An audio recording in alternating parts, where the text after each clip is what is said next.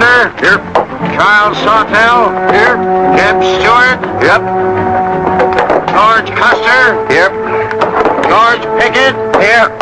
Robert Holliday. Yep. James Longstreet. Yep. Carl Rader. Yep. Philip Sheridan. Yep. John Hood.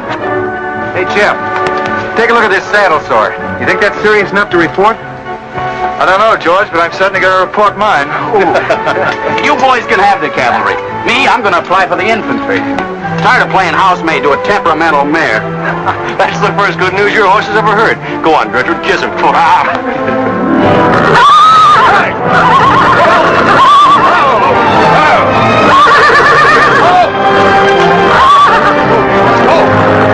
Stand still, you devil. Steady, boy. You weren't so hard-headed, you wouldn't hurt your mouth. I told you before we started you had that curb chain on too tight. It's not the first time you've cut his tongue. You ever try putting a curb on your tongue? No. Nobody else ever tried it. I suppose it takes one of you Southerners to handle a horse. Well, at least we know how to harness them. You know how to harness Negroes down south, too, I hear. With a strap across their back. Come on. When are you going to take a punch at him? Too close to graduation. Besides, if I've waited 4 years, I guess I can wait another week.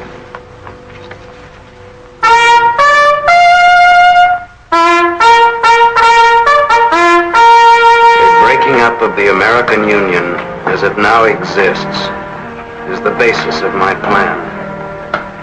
And that destruction must be made upon the issue of Negro slavery and on no other. The Union must then be reorganized on the great principle of emancipation. This object is vast in its compass, terrifying in its prospects, but sublime and beautiful in its issue. A life devoted to it would be nobly spent or sacrificed.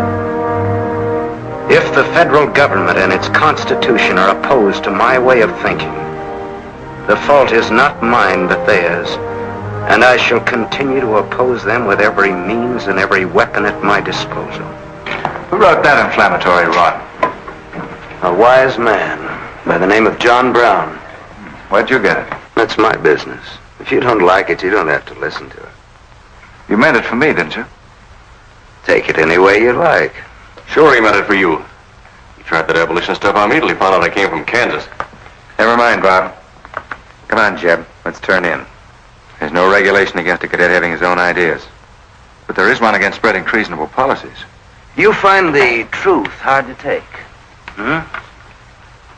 Listen, Raider. I know the truth of this problem far better than you do. The South will settle it in its own time and in its own way. But not through the propaganda of renegades like this John Brown or any of his followers. You mean that renegade line to include me? Look up your oath of allegiance and answer that for yourself. I'll answer that right here and now. I've taken a lot from you Southern snobs. For 50 years now, you've been watering your precious family trees with the sweat of Negro slaves, piling up wealth and snobbery until now you think you own the government and the army. And anybody who disagrees with you is a lying renegade, a rabble-rousing traitor. You get this from me, Stewart. And all you other Mason-Dixon plutocrats. The time is coming when the rest of us are going to wipe you and your kind off the face of the earth.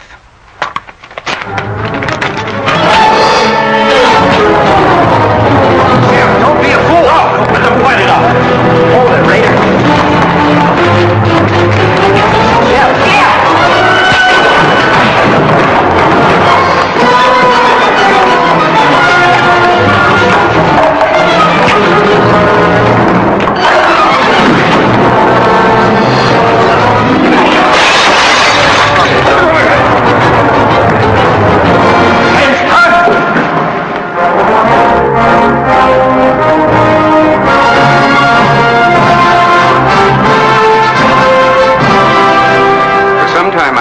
That a disturbing force has been active among the regiment of cadets.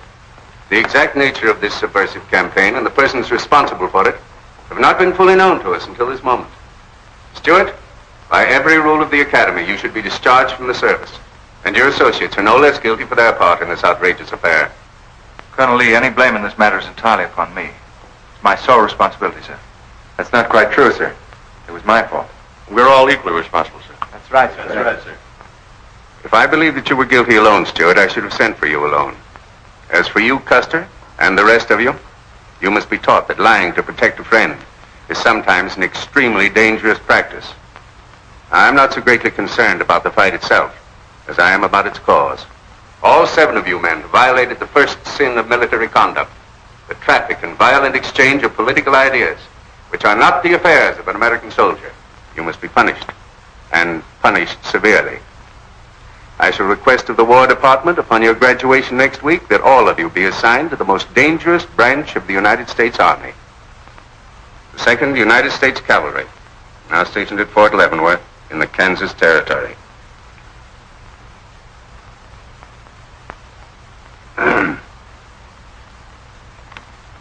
That's all, gentlemen. You're dismissed.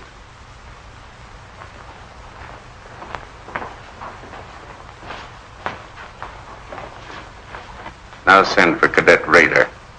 How can you beat that? Fort Leavenworth, suicide station, Kansas, and the Santa Fe Trail. What a piece of luck. That's it, and the cavalry, active duty, promotion. Why, we'll all be generals while the rest of these fellows are still shaved. Oh, that's desolate country, Jeff. Nothing grows in Kansas but trouble. What are you talking about? I grew up out there, didn't I? Well, he's not.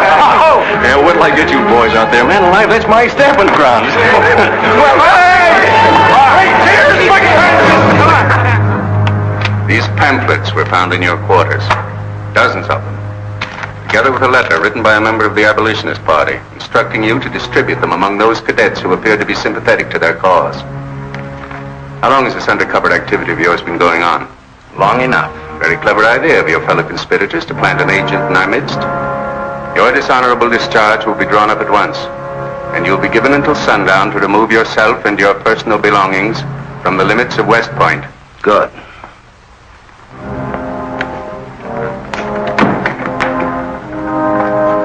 You can tell Mr. Stewart from me that he'd be smart to stay in the Army, right in the middle of it from now on. Cadet William Q., Ohio. Cadet Martin Evans, Ohio. Cadet Armour Marlowe, New Jersey. Cadet George Custer, Ohio. Cadet James Longstreet, South Carolina. Cadet Philip Sheridan, New York. Cadet J.E.B. Stewart, Virginia.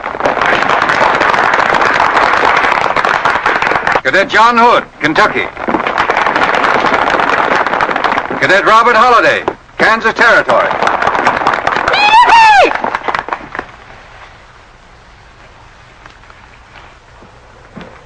Cadet Jason Wood, Virginia. Cadet George Pickett, Virginia. My sister Kit. Thought 2 years in Boston would make a lady out of you. Kentucky. So did I. It just popped out. Cadet William Keel, Ohio. Cadet Robert Davis, New Jersey. It is now my great honor and privilege to introduce the Secretary of War of the United States of America, the Honorable Jefferson Davis. Officers and gentlemen of the class of 1854, their welcome guests and their very proud families, I'll not keep you separated very long, as I myself once sat in your place and endured an interminable address by a very tiresome general. But as the Secretary of War of this nation, I have a serious obligation towards each new officer of the Army before he enters into active service. And that obligation is to make clear and definite his responsibility to his government. We are a new nation among the powers of the world. Just 80 years ago, we were fighting desperately for our freedom, and we're still fighting to keep it.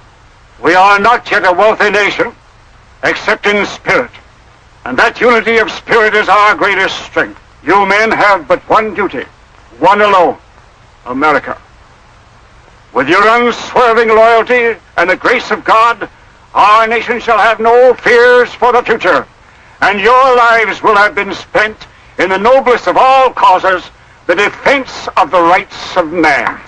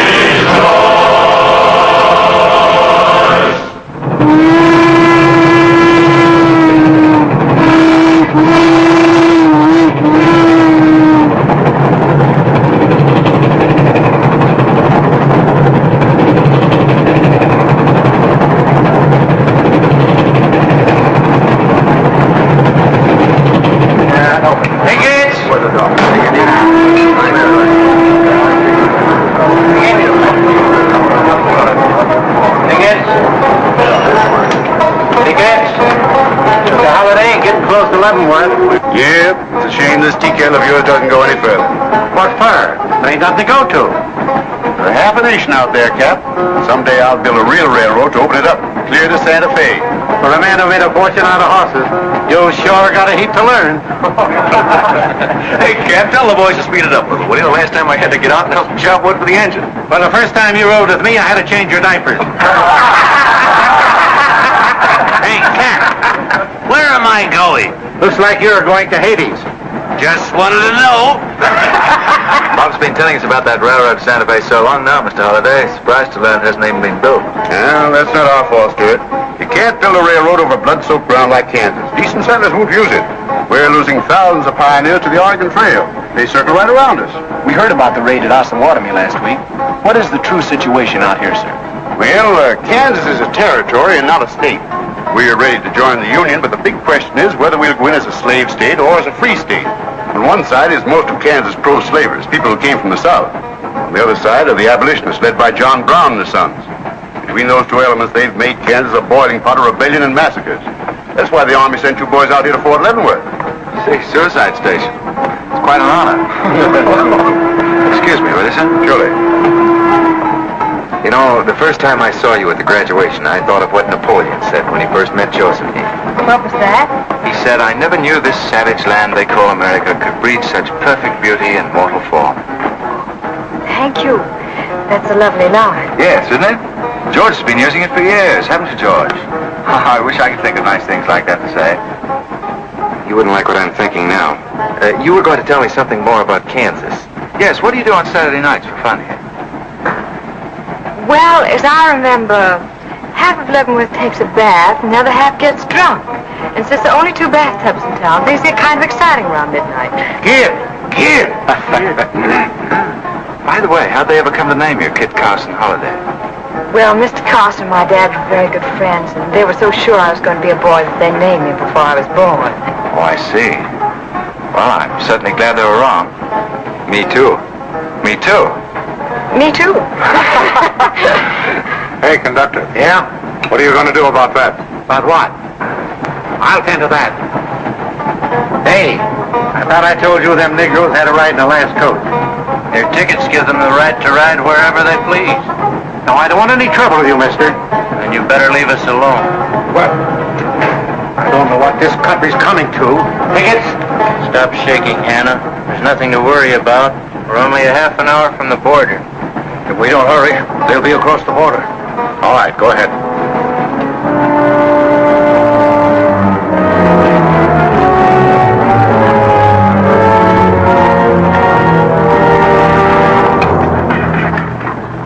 Are you taking the Negroes?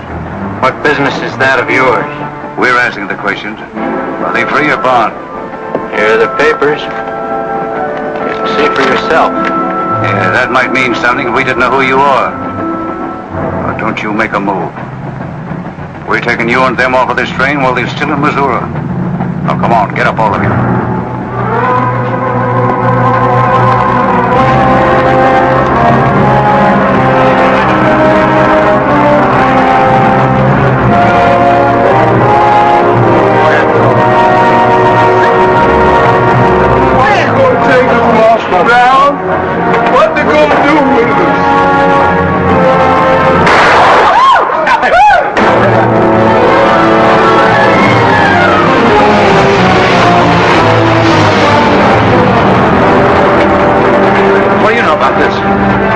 The trouble. Negro slaves. He was trying to sneak them across the state line. I'll get that murdering Jayhawk over this if I have to hang for it. Who was it? Oliver Brown, one of John Brown's scurvy litter. Get up in the door now. Come on, you gay-eyed greenhorns. Give me a hand. There ain't no use spoiling the carpet. Come on, get him out of the way. Come on, Jim. Now, don't get excited, everybody. Sit down, please. This is what they mean when they call it bloody Kansas. There'll never be any peace along the Santa Fe Trail while John Brown or any of his followers are alive.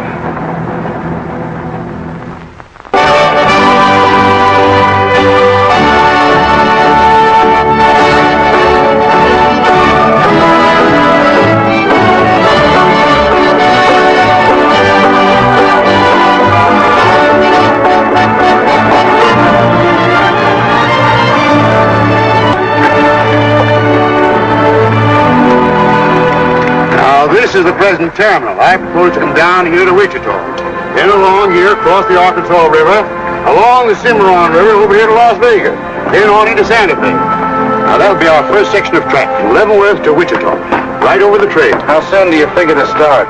Well, the men back east say they're ready to put up the money as soon as we can prove that a railroad through Kansas is safe and will pay. Dad! Yes, kid? Where did you put the loading list? List? Gosh, I clean forgot to make one out. That's great.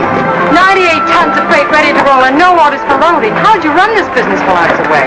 That's why I sent you away, to show you what a skirt was. Look at your clothes. Look at the grease on your nose. What would your friends in Boston think of you now? Frankly, Dad, I don't much care. If you're going to keep your nose in a paper railway, I better keep mine in the family affairs. Tex! Wendy! Tex! Where are those ornery customers? What do they think they're getting paid for? Tex! Why didn't you tell me? Getting jealous, huh? Well, I didn't even see Lily when I said goodbye to her. Oh, now don't start lying to me, you double-crossing buzzard. I know you didn't buy that there looking glass to see your own ugly mug. I suppose you're figuring on wearing that female cinching belt. Wait till Lily sees what you brung her. She'll brain you if it ain't physical impossible. Why, you ignorant. Tex! Hey, you two! Where in the name... Will you come here? Hello, Miss Kip. Hello, nothing. Are you gentlemen of leisure by any chance interested in employment? We lost our watch. Yeah, we didn't have no idea of time. I ought to give you both your time and throw you out. Where in town have you been? Well, you see, we had to buy these knickknacks. Well, we sort of got a gal in Santa Fe, Lily, Hofstadter, and what do you mean we? I'm engaged to her. Well, who ain't? You setting up housekeeping in Santa Fe, or is this just gilding the lily? She wanted us to fetch her one of them fancy French looking glasses. Ain't it pretty? What's your answer to that, Tex?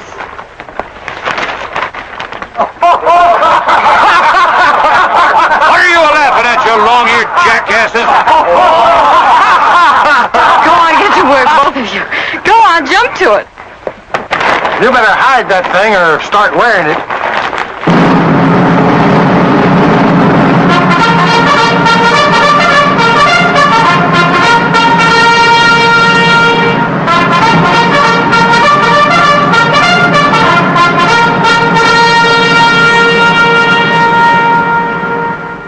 I'm going to put you new officers straight from the start. This is Fort Leavenworth and not West Point. You were sent here to man a frontier garrison. 3 of the officers you're supposed to be replacing are buried back of the hill in the little military cemetery. The other 4 haven't been found yet. The Regiment of Mounted Rifles has only one job, to keep the peace in Kansas. And we're here alone. There's no other fort between us and Santa Fe, and we're proud of that responsibility. We've got a tough reputation in the Army, but they respect us in the West. See that it stays that way. Order of the day. Lieutenants Longstreet and Holiday take B Troop and put them through close order drill. Lieutenants Stewart and Custer will take 8 men as an escort for the freight caravan leaving at noon for New Mexico. Draw the usual supplies and report to me for final orders.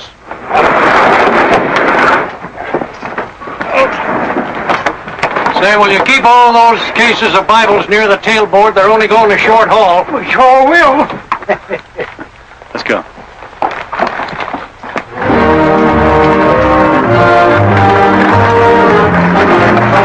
Convoy ready, sir. We're ready if you are. Good. I hope you have a nice quiet trip. On any other kind, I'll lose money. Oh, we'll try and save you that. We'll see you in 6 weeks, sir. With luck. Just keep your eyes open, boys, and move fast. You'll like the scenery, but don't trust it. Right. Goodbye, sir. Goodbye, Stuart. Goodbye, Custer.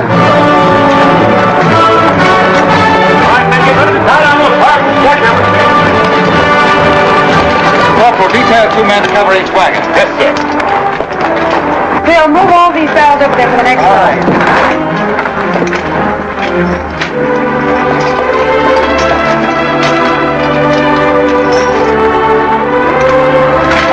Well, hey, looks like we both got the same idea. Looks that way. How are we going to work it? Here. I've got an idea. Let's draw for it. Fair enough. Right.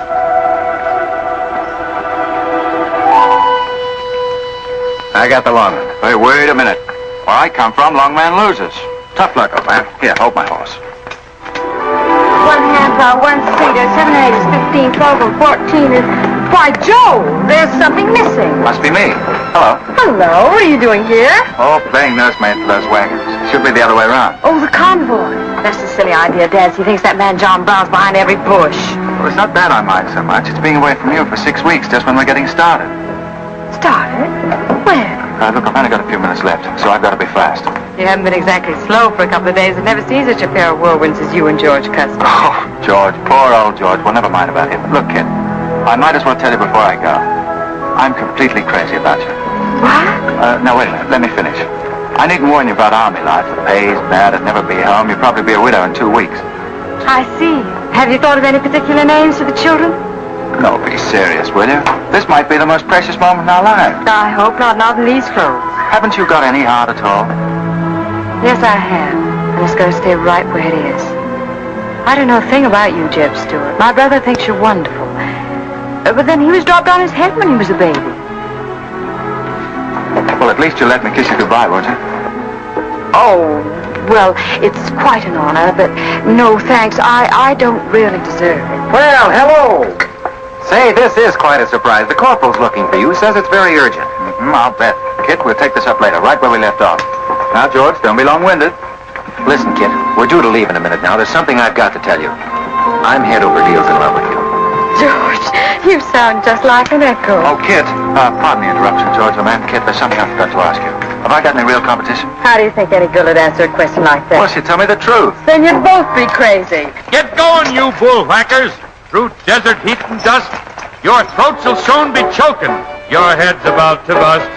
No water when you're thirsty. And all you get to eat is aromatic antelope and sun-baked buffalo meat. We may not even live to get our pay. But even if we don't get paid, there ain't no job we trade for hauling freight from state to state along the Santa Fe. Hauling freight from state to state along the Santa Fe. There's trouble riding with us all the way. Did you think over what I said, Kit? Every word. Take care of yourself, George. Don't worry about that. Goodbye, darling.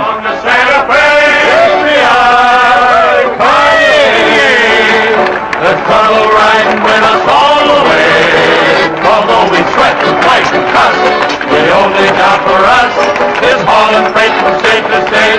Make a little bet, Kid. Sure, on what? Those 2 boys? I'll give you 3 to 1. I can name the winner. That's ridiculous. Which one do you want?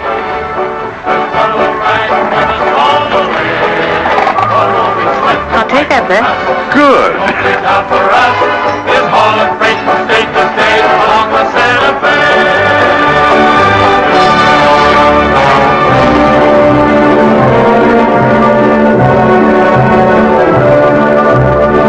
instruct all volunteers not to enter Kansas unequipped, nor to display their weapons to public view.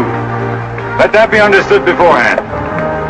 Warn them also... Not so fast, Father. Warn them also that our plans must be known to ourselves alone. That they join me in the clear knowledge that all traitors of the cause must die, wherever caught and proven to be guilty. Tell them that we stand by one another while a drop of blood remains, that under no threats or pressure do we make confessions.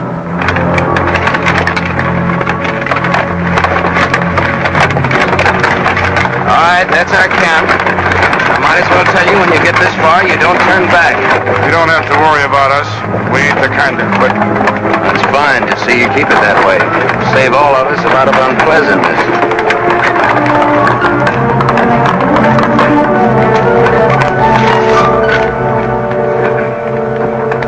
You've been delayed. Was there trouble, Raider? No, sir, we had to detour when we got to the border. I picked these new men up from Palmyra. Volunteers, sir. They're the credentials. From Illinois. You've come a long way. And we'll go the rest of it. We came here to fight slavers. The sooner the better. That's good. We'll put you to work at once. Kid Spinner, look after these gentlemen. All right. This way, boys. We've received the news we've been waiting for. We break camp, Raider. Yes, sir. Let's start tearing down these tents now.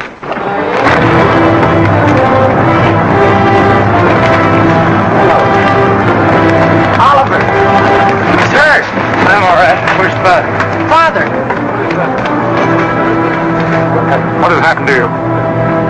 Where are the Negroes you were told to bring? A couple of pro-slavers tried to grab us on the train. I shot one of them and jumped off. You left 4 helpless people alone to save yourself. I had to do it, Father. It was me or them. You cowardly fool. In future, obey my instructions. We leave at once.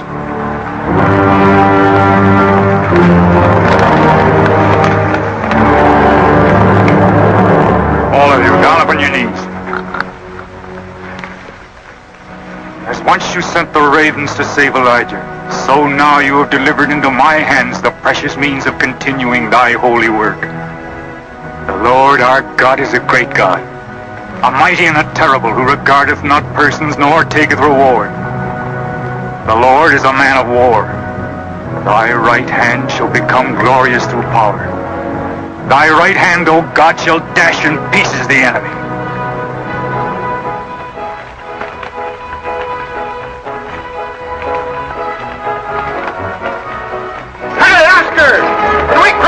You watch out for that wagon that's got my looking glass. Hey, Tex, these horses are pretty tired. When are we going to make camp? Oh, as soon as we cross the river, and then we'll be out of danger from both sides. You know, Lieutenant, I'm sure glad we're leaving civilization. It's getting too dangerous for a peace-loving man. I run into some of them abolitionists once, but who's this feller John Brown that talks so much about? Oh, as far as I know, he's just a dirty old windbag. In fact, he's just your type. Either of you ever meet him? No, but 2 of them fellas he killed at Osawatomie were friends of mine. You mean Jim Doyle and Alan Wilkerson? Yeah, and that's the reason I'd sure like to meet up with this here Mr. John Brown. He's got no quarrel with people like you, Tex. You do much better to leave him alone. Well, you can count me in anyhow. Even if he ain't harmed no friends of mine, I sure hate to miss a good fight.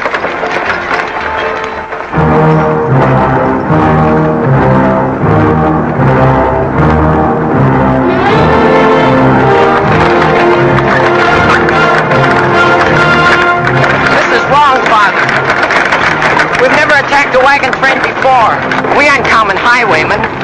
You say we have a righteous cause, but this will bring the law down on us like a storm. We recognize no law but the law of God. We will do as I command.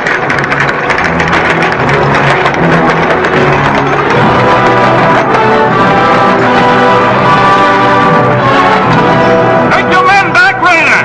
Wait for my signal!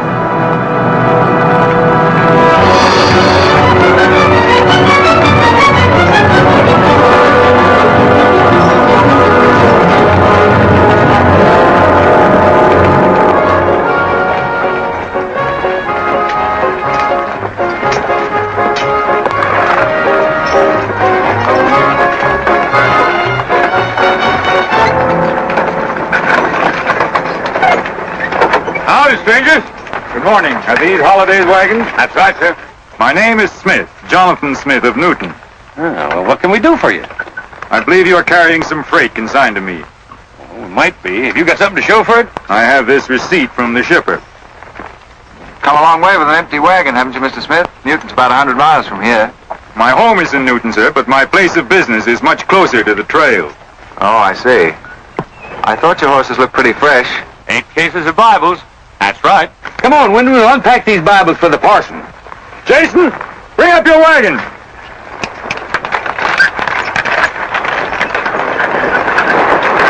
Get that pack down. I gotta get them Bibles unpacked for the parson. That's a funny thing. I've seen that fellow somewhere. It's the way it seems to me. Isn't the kind of a face you'd forget in a hurry. No. Wait a minute. I know. In some magazine, The Atlantic, I think. Well, then he's either from Boston or he's a missionary. No, it was something else.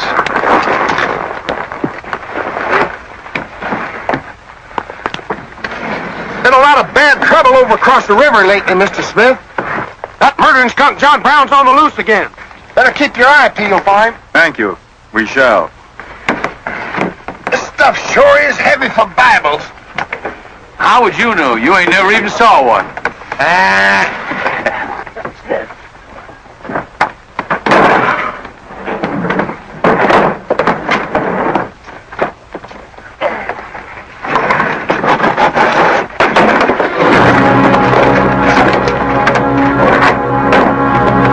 Just a minute.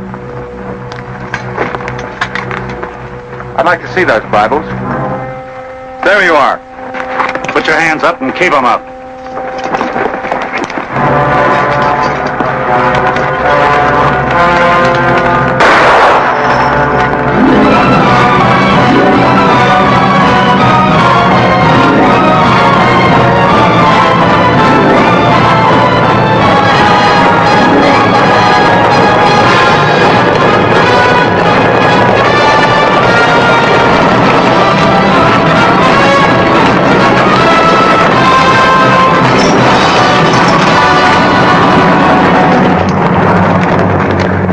You to make no move towards your gun.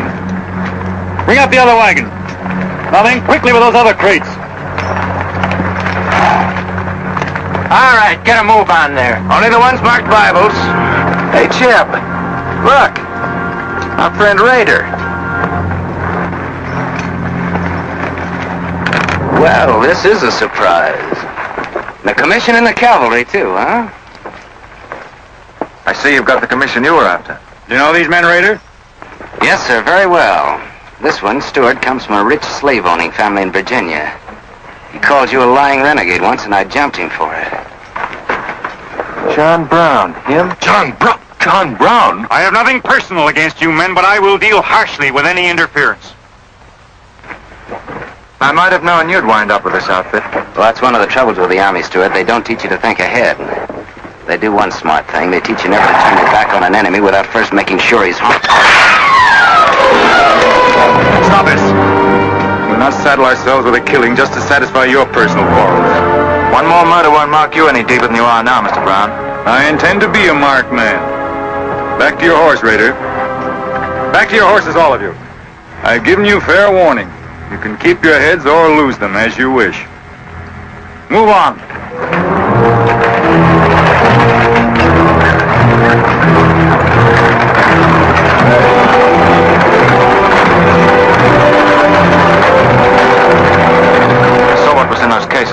What?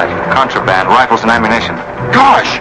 Then we've been delivering Bibles with triggers on them. Let's take a chance. Everybody, take cover and open fire. Dismount! Take cover!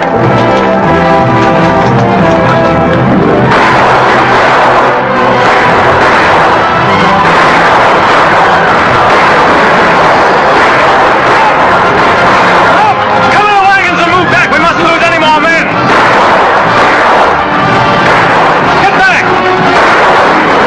They're getting away. No, they're not. We're going after them. Hey, wait a minute. The outnumber is 3-1. Well, if it makes you nervous, don't count them. Come on. Everybody mount and follow me. Everybody mount. Come on, Shave Tail. Here's where I get your medal. Forward!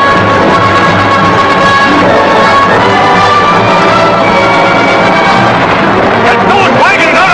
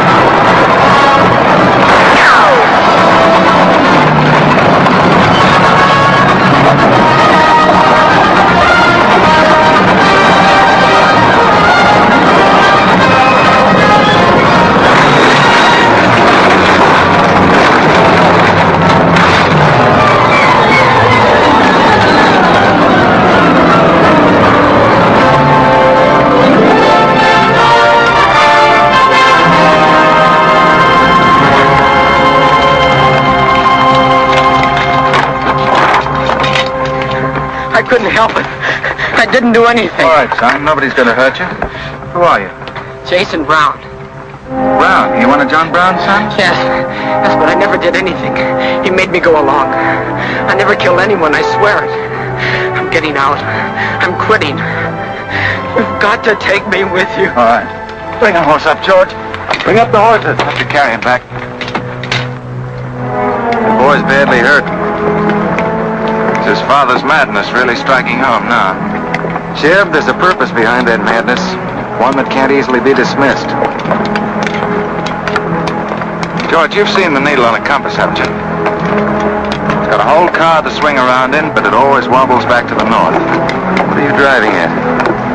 Just this. I've always known where your sympathies lay. It never affected our friendship, and it never will. But it isn't our job to decide who's right and who's wrong about slavery. Any more than it is John Brown's. I guess you're right, Jeb. I'm sorry. That's the more doggone fun than I've had since we got hemmed up with them engines. Yeah, well, next time we shoot at a common enemy, you let me do the shooting. Boy, my gullets is dry as a powder horn. Yeah. Get up! You busted Lily's looking glass. When she looks at herself in that, she'll think she's 100 years old. Or more. Of course we're aware that firearms are contraband to Kansas. Do you think we'd have accepted those boxes as freight if we'd known what they actually contained? Well, I'm just asking, that's all. Doesn't it seem strange to you that Dr. J. Boyce Russell, the most prominent religious leader in America, should be sending rifles marked as Bibles to John Brown? How can I control the marking of crates? We once received 3 tons of gunpowder marked birdseed. Well, then you'll have to examine every crate you haul. What? For all we know, this contraband may have been slipping through for months. Jason, listen, son. You've got nothing to be afraid of if you'll be honest with us. Now, I want you to answer my question truthfully. Did your father ever mention this shipment of rifles when he discussed his plans? Not to me. He never confided in me. Just Fred and Oliver. Fred and Oliver? My brothers. Where are their headquarters? I don't know where they went. They have a dozen places. I don't know. All right, kid. Don't worry about it.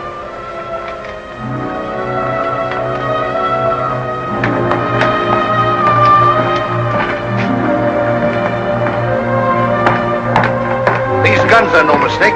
Anyone with the best interests of Kansas at heart can tell you that. No bandy-legged bushwhacking soldier can talk like that about the holidays.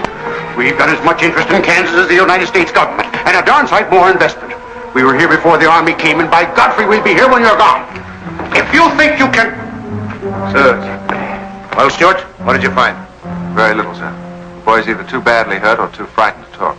We leave immediately. Have them sound assembly. Yes, sir.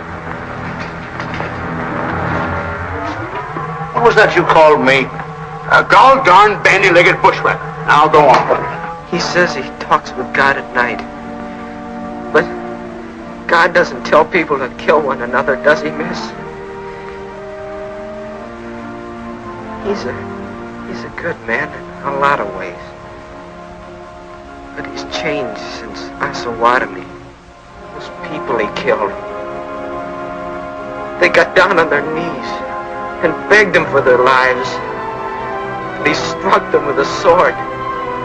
Him and Rader and Kitzmiller. I was there. I saw it done. I tried to stop them, but they pushed me aside. That's how it was. We're starting at once. I'll take the first troop west to Tecumseh. Stuart, you and Custer will take the first platoon of B Troop and search thoroughly from Clinton to Dutch Henry's Crossing. Is that clear? Yes, sir. These are your orders. Find John Brown and bring him back here, alive if possible. His force is well armed now and strong in numbers. We also suspect that new volunteers are drifting in from the east to join him. Be on the lookout for them as well. Retire to your respective troops.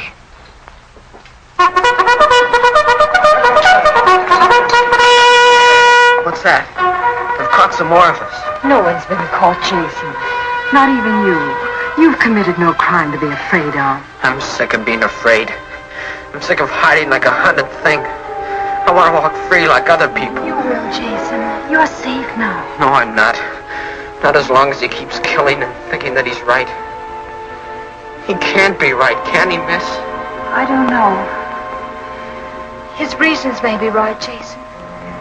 They may even be great and good reasons. But what your father is doing is wrong. Terribly wrong. And he'll keep on repeating that wrong as long as he lives. Then I'll never be free of him until one of us is dead. I know that now. My life don't mean anything. But if he dies, maybe this whole scheme of his will die with him. I'd rather have it that way. His life. Even if he is my father, against many thousands. I'm gonna tell you where to find him. Oh, Jason, I'm not trying to... I'm gonna tell you anyway. In the house of Shubal Morgan, Palmyra. That's where they went. That's their headquarters. Tell the soldiers. It's better that way. His life against many thousands.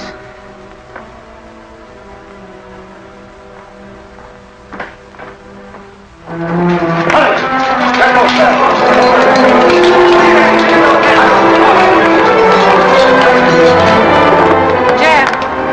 Hello, darling. How is he? It's very serious. I left the doctor with him. Poor little devil. Jeb, he told me everything. The whole nightmare of his 15 years, even the place where his father is now. He said he wanted me to tell the soldiers. Where? Palmyra, at the house of a man named Shubal Morgan. Shubal Morgan, Palmyra. I wonder if that's the truth. Jeb, I'm frightened. That boy is crippled for life. And that man on the train, he died for a principle. And a man killed him for a principle. One of them is wrong, but which one? Who knows the answer to that, kid? Everybody in America's trying to decide it. Yes, by words in the East and by guns in the West. But one day the words will turn into guns. Oh, Jeb, can't it be stopped now? Can't the slaves be freed before it's too late? It will be stopped when we hang John Brown. Then the South can settle her own problem without loss of pride at being forced into it by a bunch of fanatics. Oh, Jeb, what has pride got to do with human lives?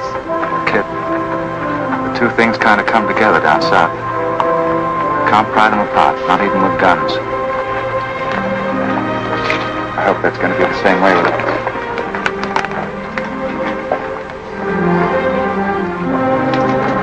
Uh-oh, that's me all over. Clumsy Custer. Or can I get into this, too? Yeah? Sure. It's like you're in on it. Don't miss much, do you? I've seen you work before, son. That's where I learned. Just credit one more to my account, kid. I like to let the interest accumulate. Well, goodbye. Goodbye, George. Kid, don't be long, Jeb. No. Goodbye. Goodbye. Kid, remember this, will you? I love you. Put that in your little bonnet and keep it there until I come back. I'll remember. Goodbye.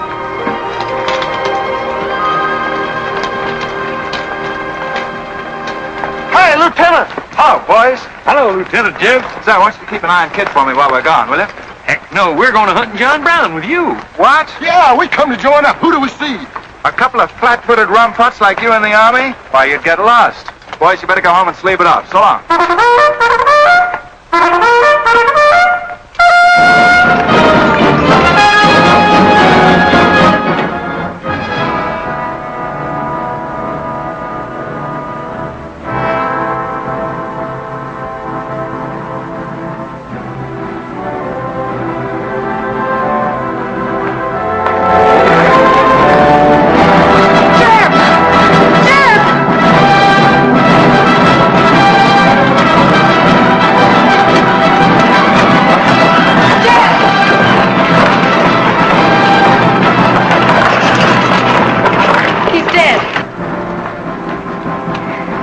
Find John Brown. Tell him. We'll try to find him. Goodbye.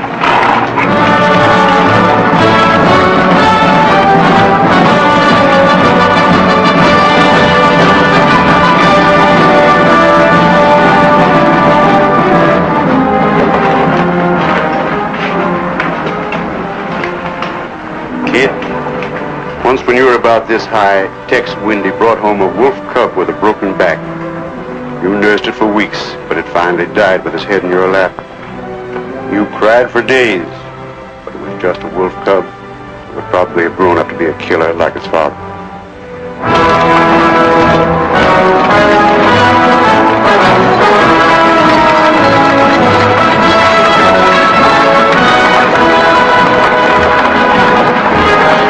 What has being flat-footed got to do with riding a horse?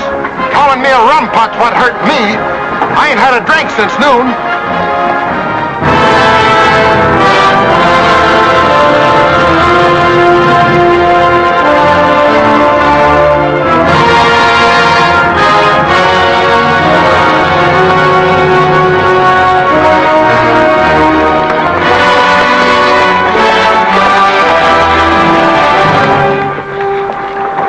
All right, get the sledge.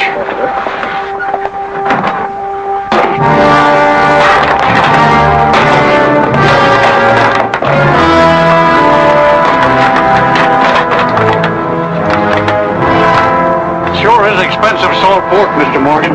Not the way we get them. Look them over and stack them in the barn. Yes, sir. This looks like the best shipment we've had yet. Wonder what Rader's worked up about. Him and the old man been arguing for an hour. Looks like another job for us if Rader thought of it. West Point education's a wonderful thing. Yeah, if you can collect on it. Yeah. I signed up because you promised to pay me.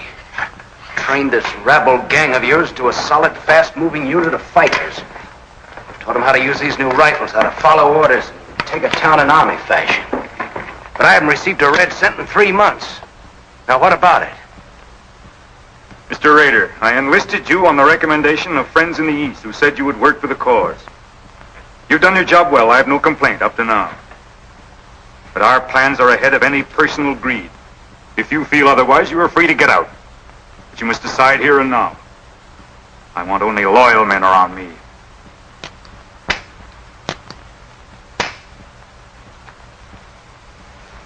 You've no argument with my loyalty. I proved that at Osawatomie and every other town we've raided.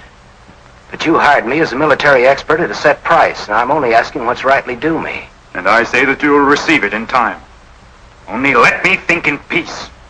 My son is a prisoner in the hands of our enemies. Even now he may have a rope around his neck. An innocent boy who never fired a gun in anger in his life. While I stand here powerless to save him. All right, I'll wait. Well, what's our next move?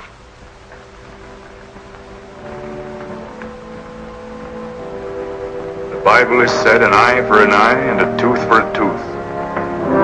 Tomorrow at daybreak we will destroy Delaware Crossing.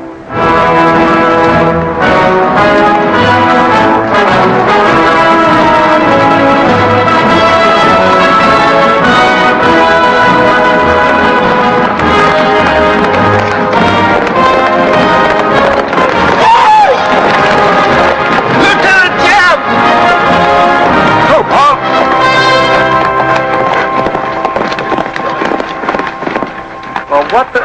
Well, the major sort of turned us down, too. But here we are, Lieutenant Jeb. What do you mean trailing us halfway across Kansas? We don't want you to get lost. You see, I know every wrinkle of this here country just like my own face. Well, you're sure that's just as dirty? I've got a good mind to get a couple of mules and strap you on the back and send you home. A fine-looking pair of soldiers you make. Well, all we need is some of them pants and a cap. And then, of course, if some soldiers just our size gets killed, why... All right, get back to the end of the column. Go on before I get that mule. We don't have to obey no orders. Since we ain't in the army. But we will. Yeah. Wait till Kid hears about this. She'll skin him alive. That's if they got any skin left.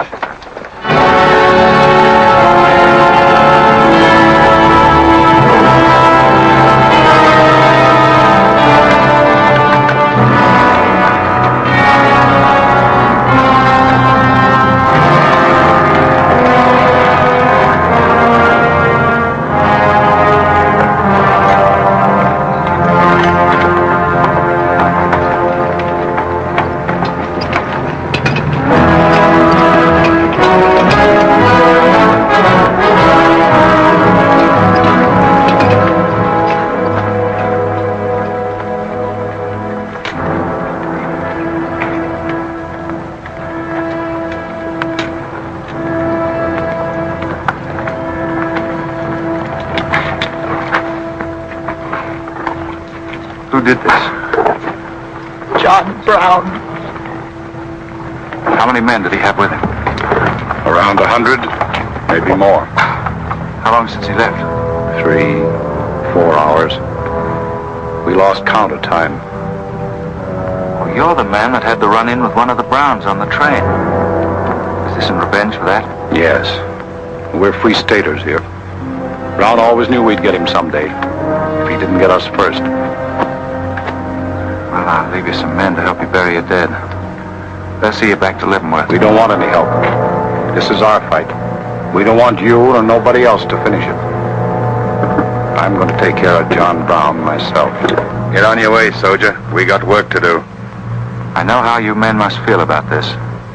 But my orders are to break up all armed forces. Yours, John Brown's, or anyone else's. I'm sorry, but if you organize under arms, I won't be able to draw a line between you. That suits us, if it's got to be.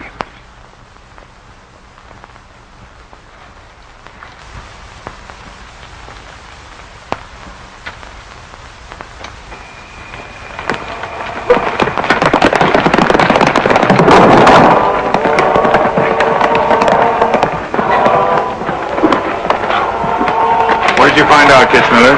A troop of cavalry from Fort Leavenworth are headed this way. Ignorant fools. Cuba, we're moving camp. Round up all your men. Get the wagons ready to roll. Just food and ammunition. We're traveling light and moving fast. What about the Negroes? We can't take all of them. We're not taking any of them.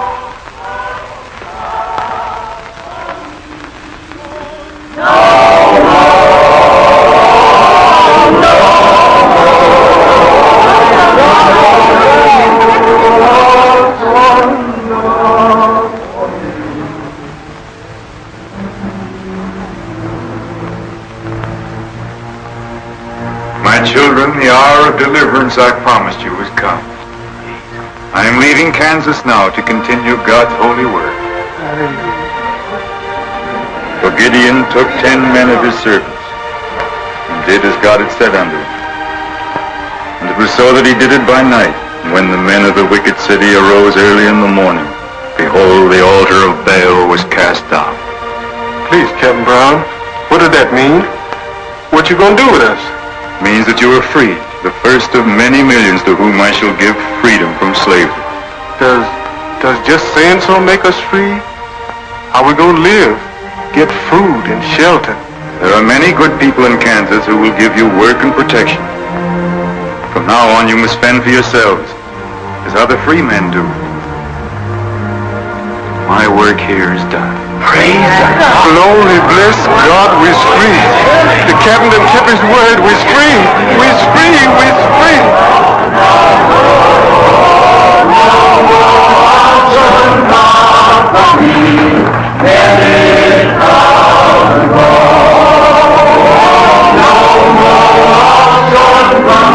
You know, if John Brown has 100 men, we'd better send a runner back, bring up the rest of the troop. Better do it tonight. I'm going into Palmyra, George. You alone? Don't be crazy, Jeb. That town's full of jayhawkers. They'd shoot you on sight. Well, I'll have to take a chance on that. I'm going to get some other clothes, take a couple of men, and go in and do some scouting. I'll try to send you back word. Good luck. Say, do you two fellas still want to join the Army? Huh? I've got a job for you. It's no picnic. It's pretty dangerous, but I think you're the fellas for it. What do you say? You mean we're going to have a real cap and a uniform? Uh-huh. Well, we might have to be buried in them, but it sure sounds like a deal.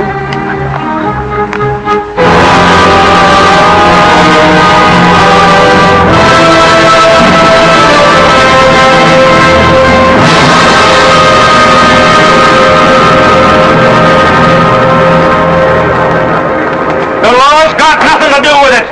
We came here to join John Brown because he's a leader and a fighter. The whole thing's going to be settled right here in Kansas. We came here to fight slavers, didn't we? The only way to fight them is with guns! Sure give you a good looking over in this here man's town.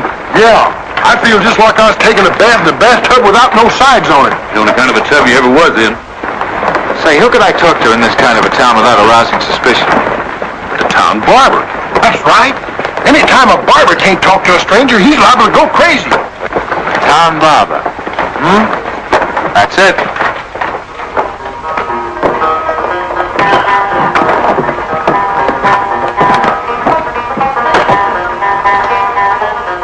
boys.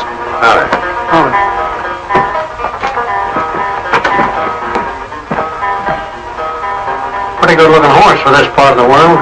Yeah. Kansas is all right for men and dogs, but it's pretty hard on women and horses. Say, look at that brand.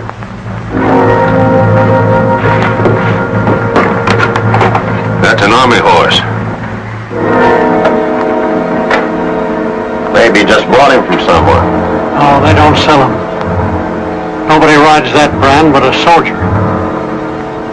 You keep your eye on him till I get back.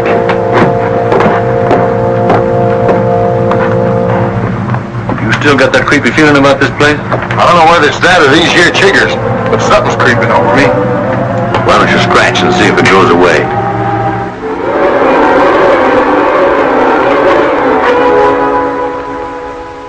Yeah, I reckon that is all it was.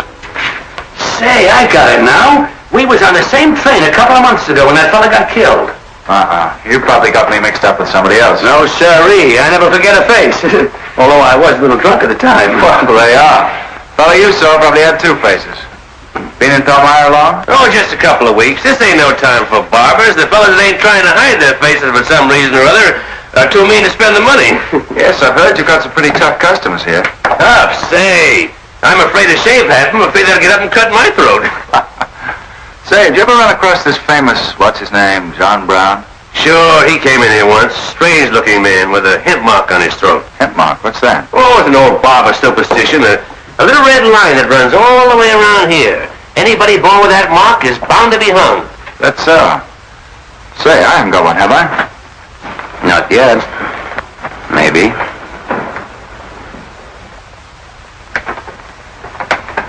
Well, well. Keep your hand away. Get it.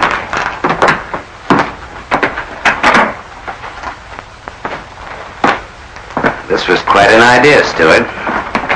You're coming in alone first to look around?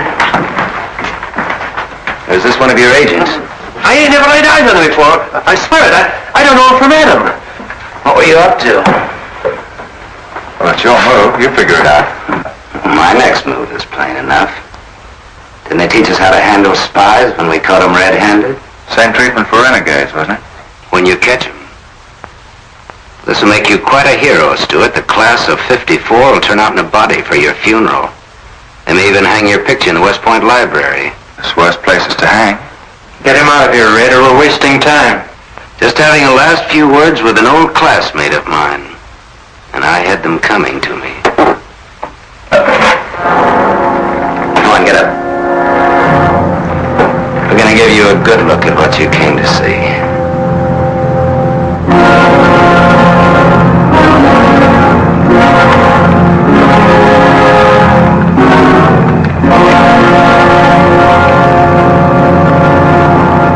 We can't afford to take chances, sir. He was sent here as a spy. It's my advice to get rid of him. Let's dream up. What did you hope to achieve by coming alone to Palmyra?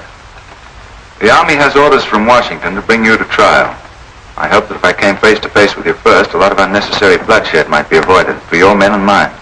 Were you innocent enough to think that I would surrender myself to you without a fight? I hope that you might consider yourself innocent enough to do that. Half of the people in America believe in your theory. A lot of them even condone your methods. That'll guarantee you a public trial. I'm not on trial, but the nation itself. Are you too stupid and blinded by a uniform to see what I see? A dark and evil curse laying all over this land. A carnal sin against God. Can only be wiped out in blood. But why in blood? The people of Virginia have considered a resolution to abolish slavery for a long time. They sense that it's a moral wrong. And the rest of the South will follow Virginia's example. All they ask is time. Time? Time?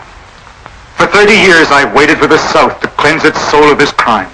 Since childhood I have been possessed of the fire of correcting this wrong. I tried peaceful agitation. As God is my witness, I tried. Peaceful means failed long ago. Now I shall force a decision by bringing both sides into armed conflict. Letters, words, talk. The time has ended for that. Strength and action are wanted now. Not a voice crying in the wilderness, but a David, armed with the power and the glory. David had a son, hadn't he? Son? Yes, Absalom, who deserted his father and went over to the enemy.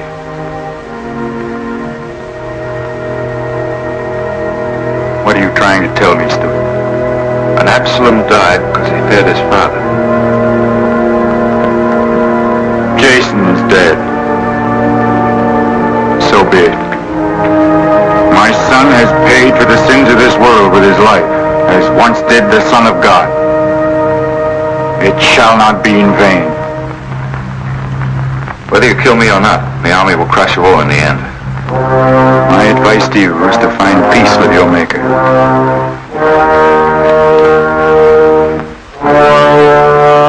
Now the big one. Sit down. I never liked barbers know-how. Now spill out, you little bitty rum weasel. I'll cut your throat. Where'd he go? I swear I don't know, boys. I think, well, they're taken out that way. Who took him? The three fellas. One of them was Oliver Brown.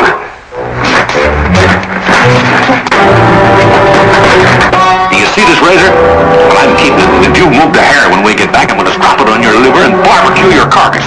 Now, you stay where you are.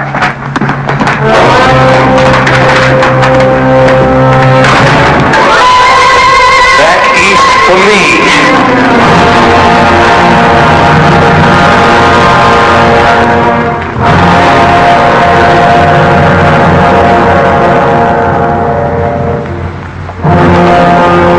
You all together as witnesses to hear my words. An enemy to the cause has entered our midst, stealthily and by night, with the purpose of planning our destruction. The hand that has never failed us has come once again to our protection. It's not with malice or revenge that we take this man's life, but in just retribution, as befits all enemies of mankind, all enemies of God. Ready, sir.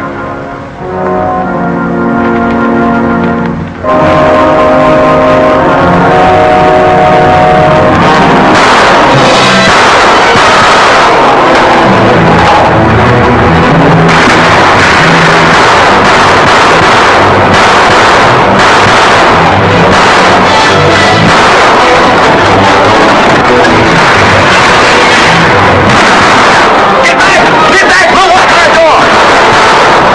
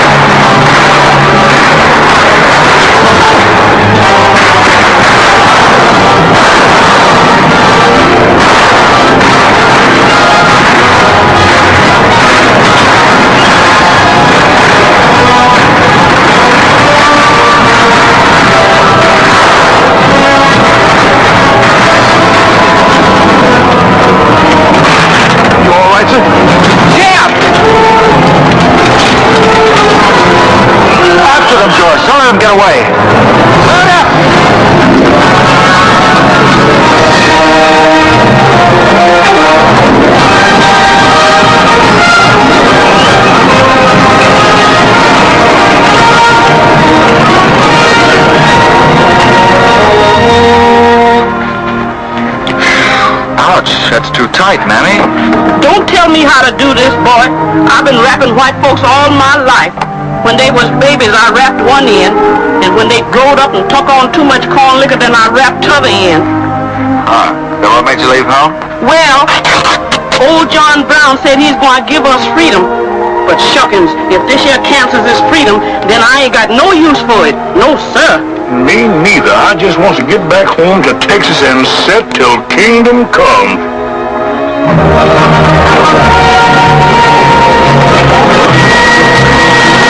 Dismiss! Hold out!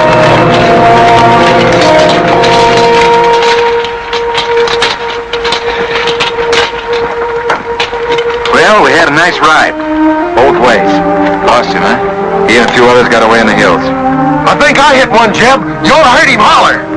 Heard him holler, you jughead? That was me. You shot my hat off. Well, it won't matter much. He's broken for good. From now on, he'll find every man's hand against him. Nothing will ever break the force of John Brown, Jeb. Not even death. Oh, you're wrong, George. He's finished. His force is broken forever.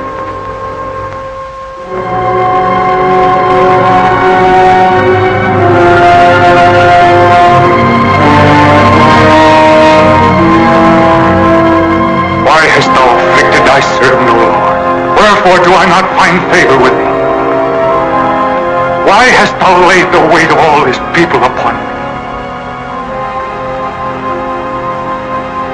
Yes. This is a sign for which I have waited, O Lord. This is your command, the burning bush. Let there be no peace in all this land until we have revenged ourselves upon thine enemies. As once you smote the Philistines, smite now the fury of thy wrath upon these blind, misbegotten fools. I shall be thy right hand. I, John Brown, shall be the sword of Jehovah.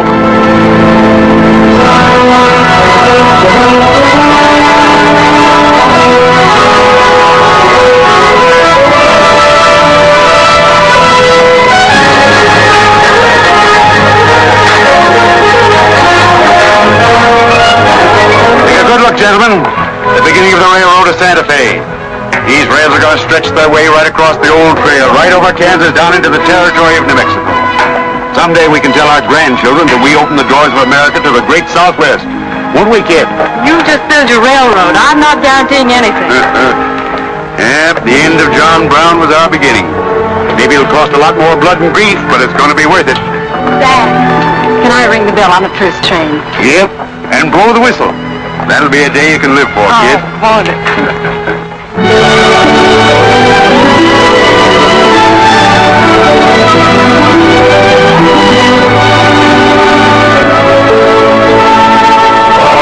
Fill your glass and stand up in the road to singing melody. We're going forth to go. In the army there's sobriety, promotion's very slow. So we'll sing our reminiscences of Benny Haven Road. Oh, Benny Haven Road, oh, Benny Haven Road. We'll sing our reminiscences of Benny Haven Road.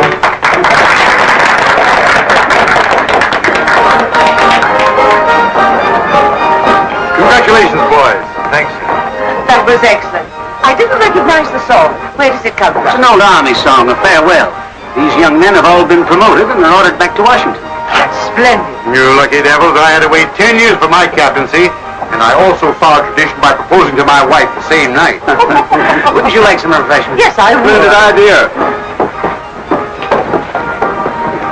Well, I think I'll run down to the stable. Horse threw a shoe this morning. I'll see you later. I'll go with you. Maybe I can find it.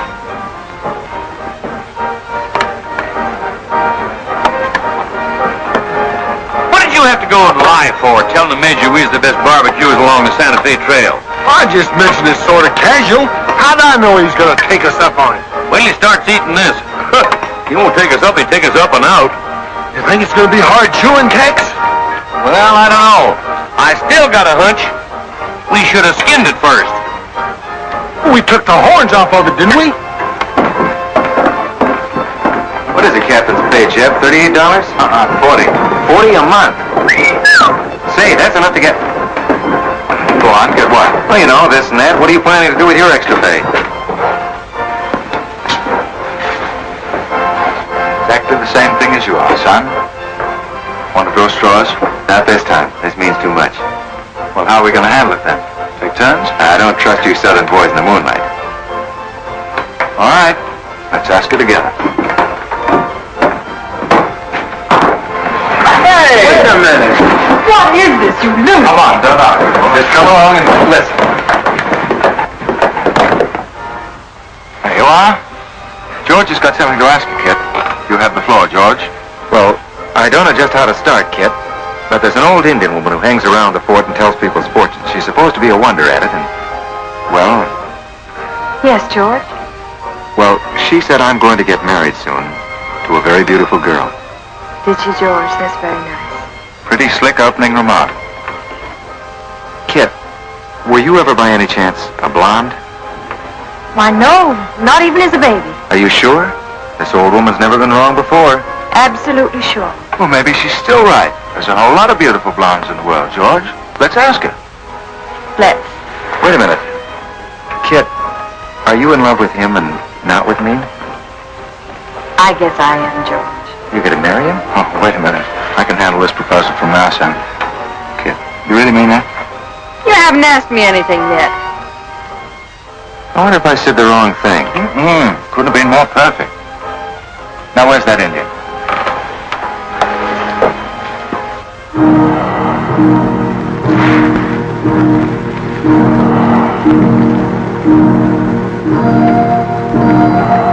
Nyanta bajo ita, mamanya matam ama mamtam dosi anak bujim. Chuka, ganap chuka, Kanya. What'd she say, Kit? You know the lingo.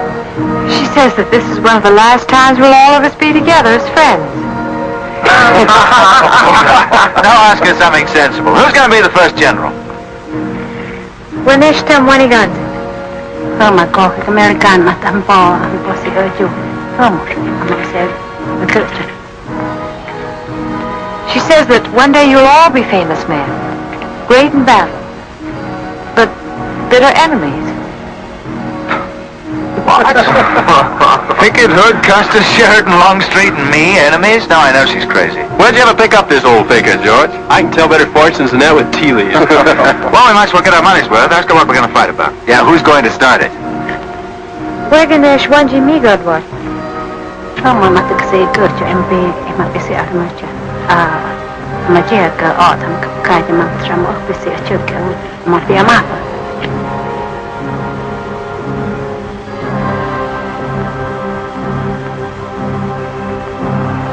What's this? Too ridiculous to tell? She says the fight has already started. Somewhere in the east, a man is lighting a torch. Now, at this very moment, the two of us will help to kill him. But none of us can stop him.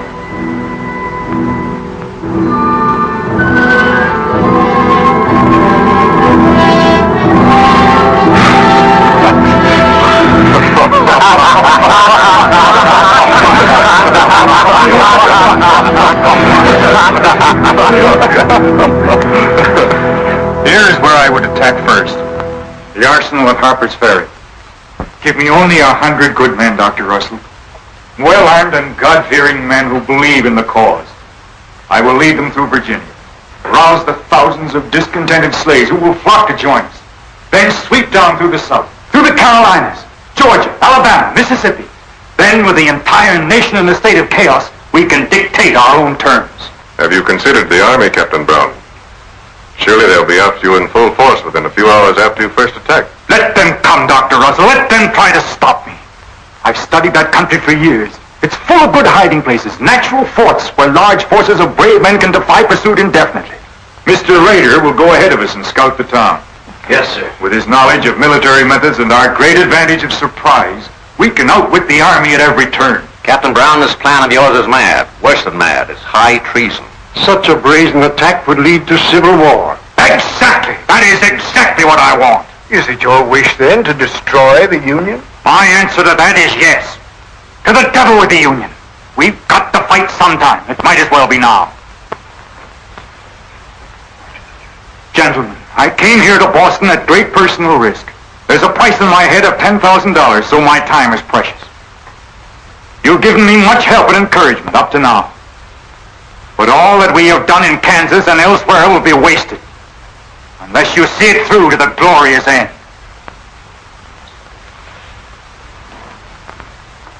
How much money will you need?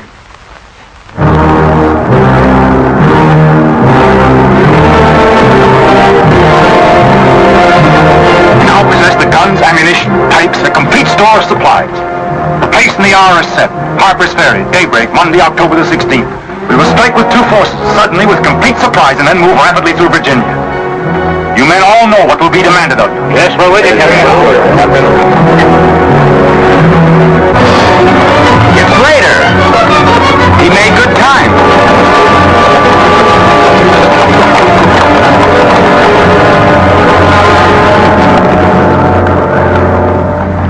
Well, what'd you find? Speak up. Is anything wrong at Harper's Ferry? Well, the town itself won't be any trouble. There's a bridge of the Baltimore and Ohio Railroad to be blocked, and we got to cut that telegraph line to Washington. What about the government arsenal? It's guarded by only 2 men. Yeah, I made this rough map of the place. Good. Excellent. This is precisely what I wanted. We must first take some hostages from the town. That'll prevent an attack by the civilians, and we'll move directly on the arsenal. Well, there's something else. What? I want to settle our account. Back in Kansas, you promised to pay me what's due when you got the money. How dare you demand the settlement of a private matter? The nation's hour of deliverance, not 3 days off. Well, that's putting the cart before the horse, isn't it? I've done a job for you nobody else could do. So I was right at Palmyra. The cause itself means nothing. I'm only holding you to your word. Are you indeed? Have you forgotten so quickly my methods of disloyalty? I haven't forgotten anything. But you've got the money to pay me, and you can't afford not to. Then add this to your memory. I haven't waited 30 years to bargain with a rogue at the final hour.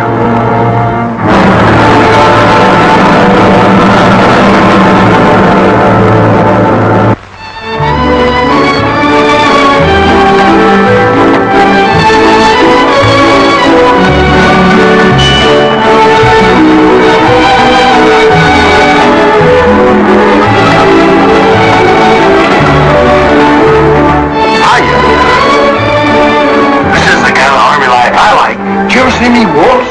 I've heard of it, but this ain't no Santa Fe shakedown. Hold it. You in high society now. Come on. May I have your invitations, please, gentlemen? What's them? Them's them little white cards. We ain't got no invitations, Joe. Can't we get in on our uniforms? No, sir. Not unless you wants to go right out on them again. Oh, we're the fellows who cleaned up Kansas. Ain't you ever heard of us? Sorry, sir, but we don't need no cleaning. Good evening.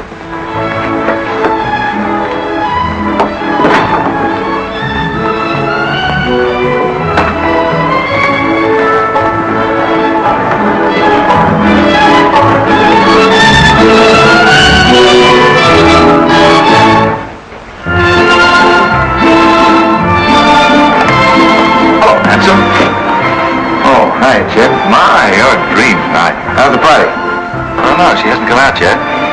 Who are you waiting for? Oh, a friend of mine. Promised me a surprise tonight. A night I'd remember the rest of my life. Yeah? You don't know any girl here but Kit, you know. I'm not talking. Maybe you don't rate quite as high as you think you do, Captain Stewart. Hello, Kit. You look wonderful. Thank you. Say, George was just telling me you promised him the biggest night of his life. Where do I come in? You don't. I'm very fond of George. Thank you, Kit. I haven't told you this, but we have a deep understanding. Wait a minute, Kit. Are you serious? What is this? I'm going to take care of George for the rest of his life. Kit! That is, he's the man I think he is. Oh, Kit, I have my faults, but I can be as faithful and loyal as any man that ever lived. We'll soon see. Now wait here, both of you. Tough luck, son.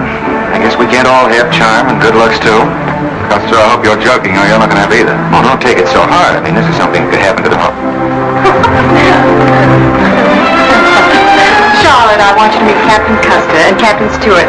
This is Charlotte Davis. We were schoolmates together in Boston. It's a pleasure, Miss Davis. Thank you, Captain. Yes, indeed. A great pleasure. I've heard so much about you, Captain Custer. Me? Mm-hmm. Well,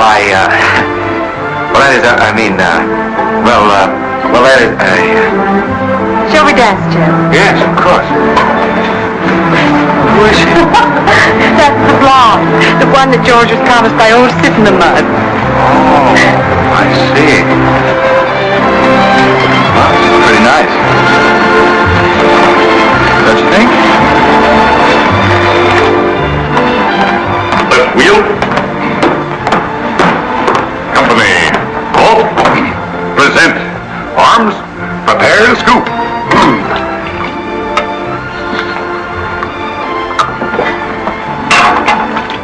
Yes, sir? Yes, sir. About face. Company forward. March.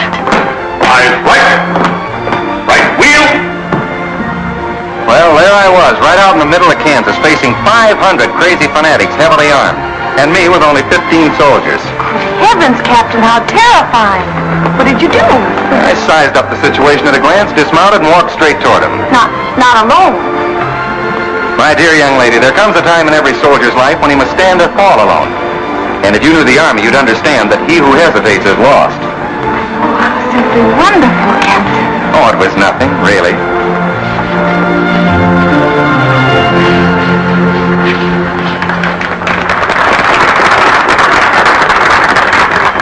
Would you come and meet my father, Captain? I'd be delighted. Is he in the government service? Yes, but I think he'll lose his job in the next election. Oh, that's too bad. Say, he should be in the Army. You know, politics don't bother us. He'd rather go fishing anyway. Father. Hello, Charlotte. Hello, Colonel Lee. Hi, dear. Father, I'd like you to meet Captain George Custer. Oh, but of course I met the captain at West Point when he graduated, didn't I? Yes, sir. Hiya, Custer. I'm fine, Colonel Lee. We've heard good things about you. Congratulations. Yes, the captain's just been telling me how he put down the trouble in Kansas by himself. Splendid job, pile, man. Oh, splendid. Wasn't there also a chap named Stewart, Jeb Stewart, connected with that campaign? Stewart? Yes, sir. He was around. Shall we dance?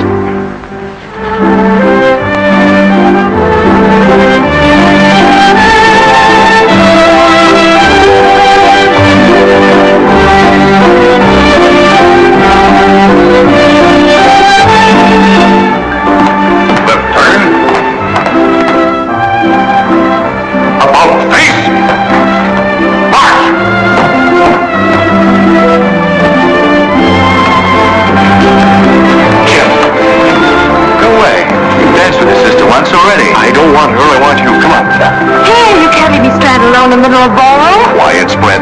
Phil, take over this detail, will you? No, man.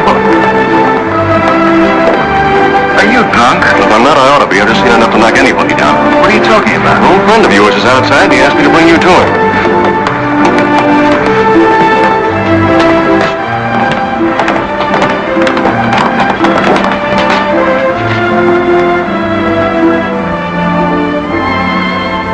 It's real. I almost touched it.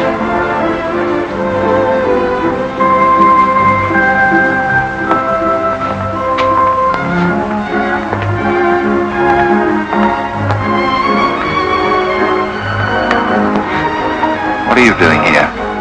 I came to find you. I know what you think of me, Stuart, that I'm no good. Well, maybe you're right. But maybe I've got something to tell you that'll change your opinion. You'll have a hard time doing that. Suppose I told you that I left John Brown 3 hours ago with a well-armed force of men, not very many miles from where we're standing. I'd say you were out of your mind. All set to strike at Harper's Ferry on the Maryland-Virginia line sometime tonight. With reinforcements of over 1,200 men expected before daybreak from Pennsylvania. Brown plans to arouse the slaves. First in Virginia and then throughout the South in open rebellion.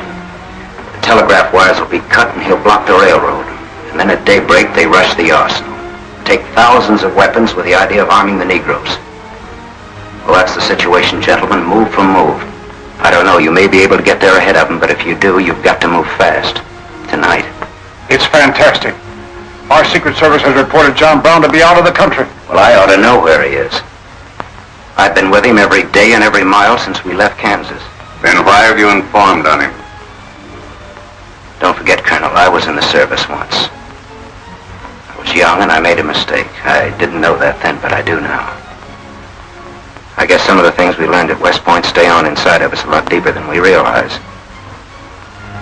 Anyway, I couldn't stand by and see my country torn apart by a madman like Brown. I had to come here. This was something a lot bigger than myself. Couldn't have been the size of the reward you'll get for turning him in, could it? I said why I came here, and that's the truth. But I am entitled to any reward. I'm even willing to go back there and rejoin him tonight just in case he gets suspicious or changes his plans. Now, what more proof do you want than that? I believe him because it's too dangerous not to. How soon can you start, Colonel? We'll be ready to leave in an hour. The officers are all here. Call them at once and proceed with all speed to Harper's Ferry.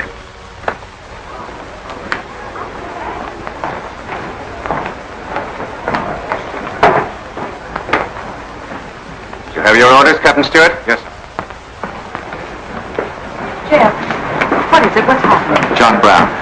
Get the little Davis girl to take you home, will you, darling? But why? But... I'm sorry, I can't explain now. No time. Try to keep the others calm. Tell them there's nothing to be excited about. Goodbye. Goodbye.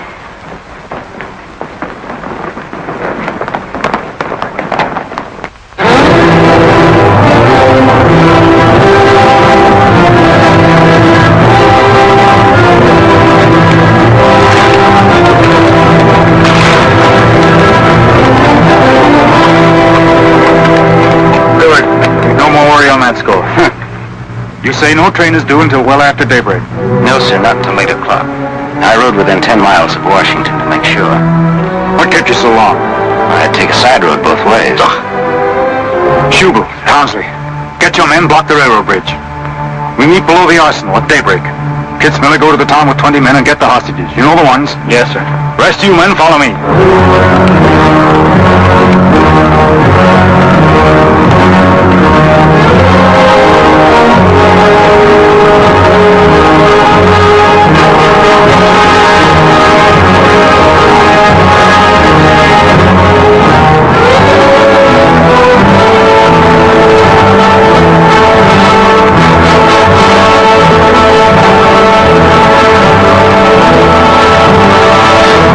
Your guns.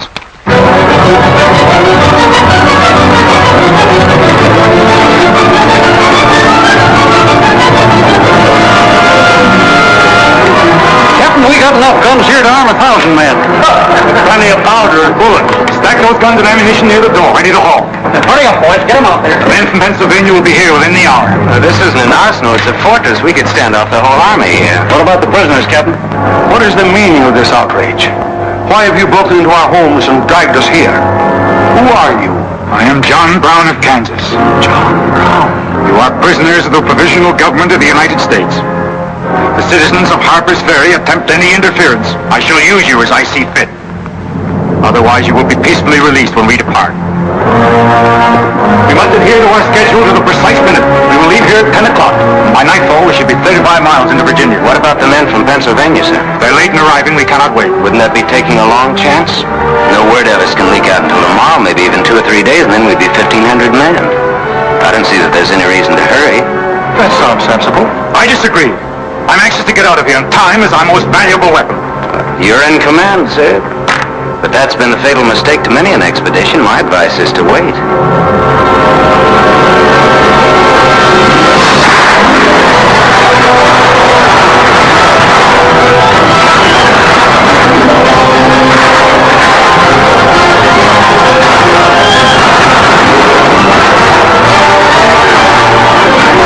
Come, the townspeople are firing at us.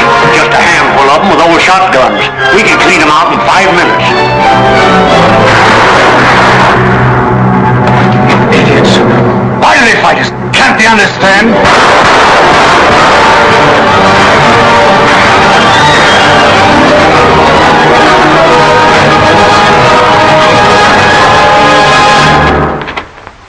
What is your name? Brewer. If you value your life and those of your fellow townsmen, you will do as I say. Yes.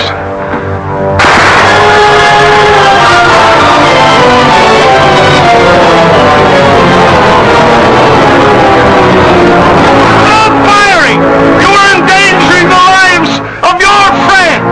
John Brown promises that if we leave the arsenal in his hands, he will harm none of us. No! Run down, guys!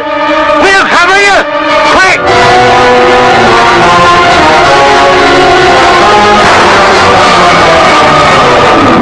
Stupid cattle! Can't they understand we're here in a righteous cause? Their interests are also ours, the good of the whole nation. We'll leave a lesson at Harper's Ferry for the rest of the South to profit by. Wipe out those fools at the foot of the hill.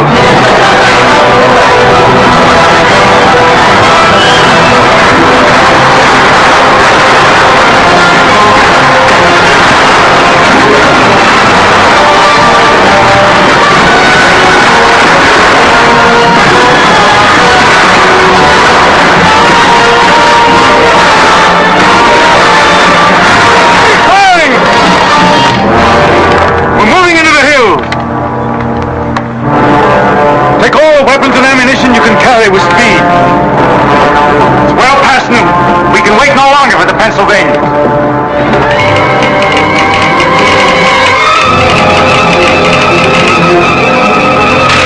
18 citizens of Harper's Ferry killed, 33 wounded by John Brown's invaders in open rebellion. It's from the second force at Frederick, Maryland. The road to Harper's Ferry is blocked, unable to get through. Jefferson Guards and the Winchesters under Lee's command passed through Upperville an hour ago. They will be the first to arrive at the ferry.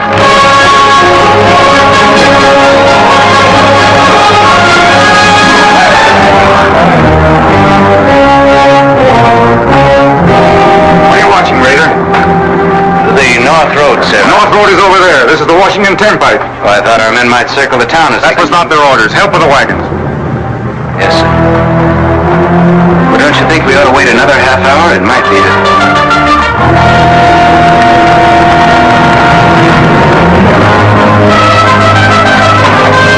Everybody inside!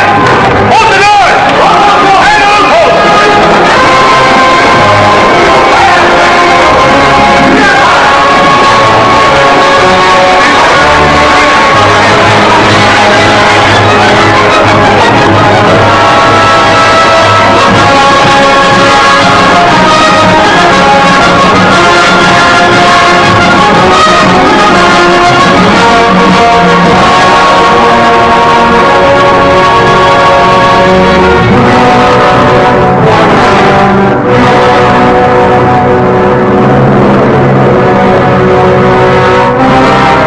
Wait, you say. There's no cause to hurry. Wait. Yes, sure, I thought we had time.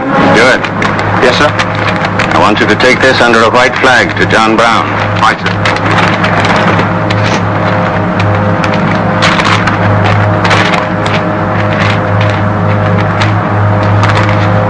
There's to be no parley. Yes or no? If it's a refusal, wave your hat to us. Right, sir. Hang on to this, will you?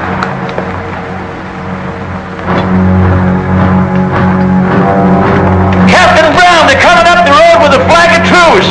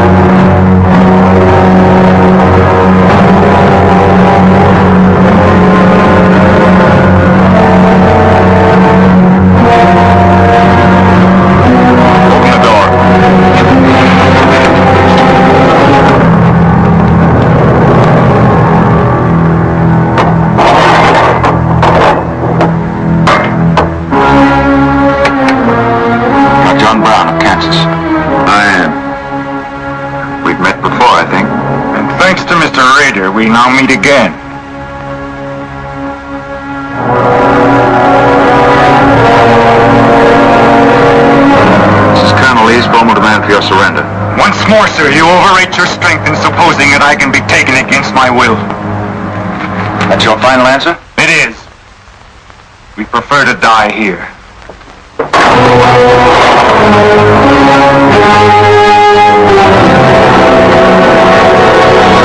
There's a problem! Take Troop B to the right of the gallop, Troop A to the left of the gallop. Troop C! Go your turbans! Get out! Go now! Come forward at a gallop!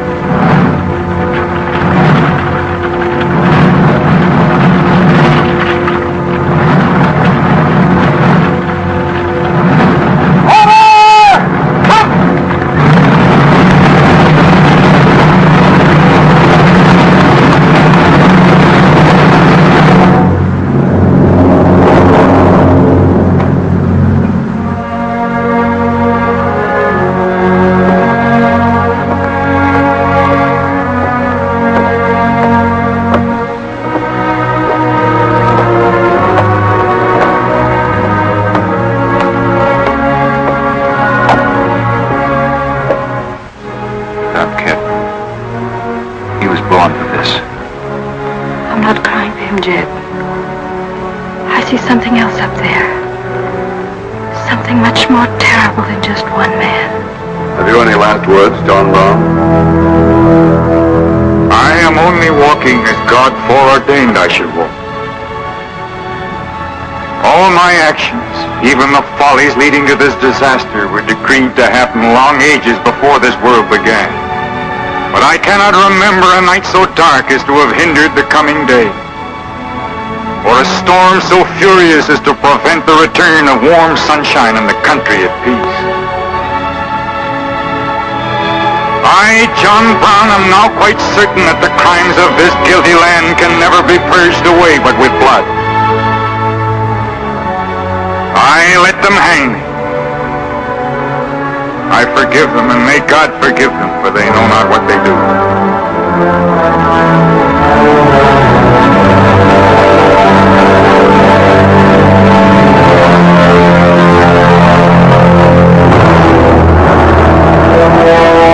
So perish all such enemies of the Union, all such foes of the human race.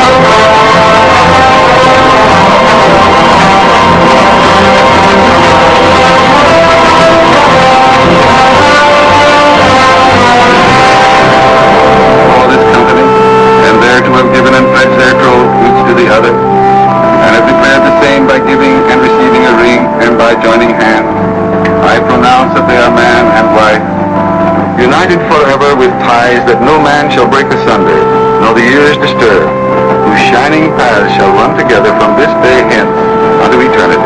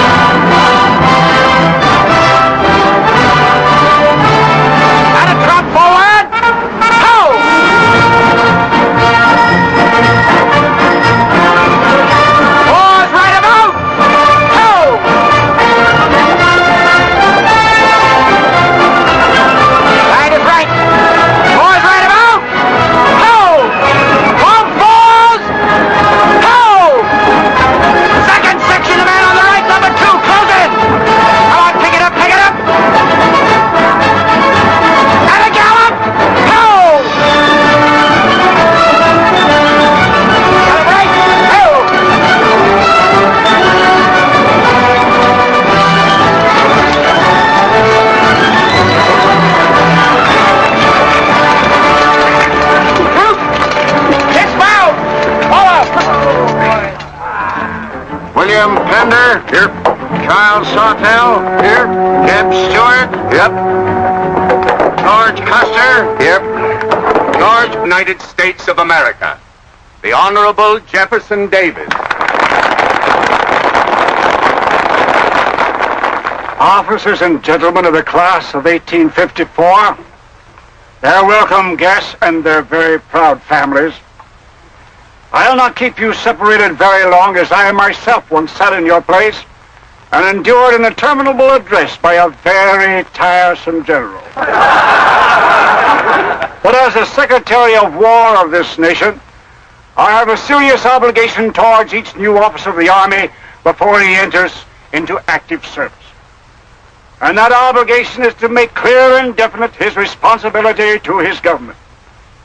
We are a new nation among the powers of the world. Just 80 years ago, we were fighting desperately for our freedom, and we're still fighting to keep it.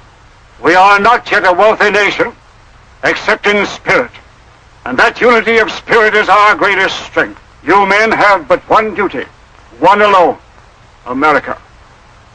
With your unswerving loyalty and the grace of God, our nation shall have no fears for the future, and your lives will have been spent in the noblest of all causes, the defense of the rights of man.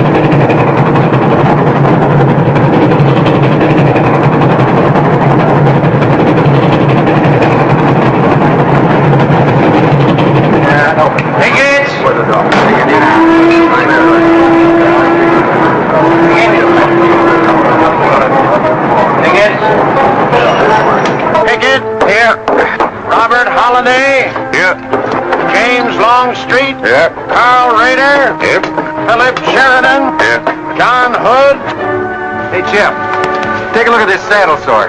You think that's serious enough to report? I don't know, George, but I'm certainly going to report mine. You boys can have the cavalry. Me, I'm going to apply for the infantry.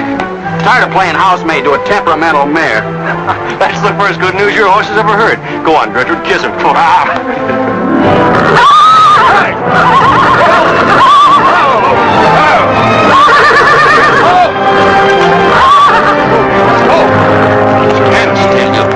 Steady, boy. You weren't so hard-headed you wouldn't hurt your mouth. I told you before we started you had that curb chain on too tight.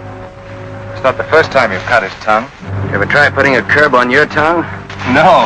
Nobody else ever tried it. I suppose it takes one of you Southerners to handle a horse. Well, at least we know how to harness them. You know how to harness Negroes down south, too, I hear. With a strap across their back. Come on. When are you going to take a punch at him? Too close to graduation. Besides, if I've waited 4 years, I guess I can wait another week.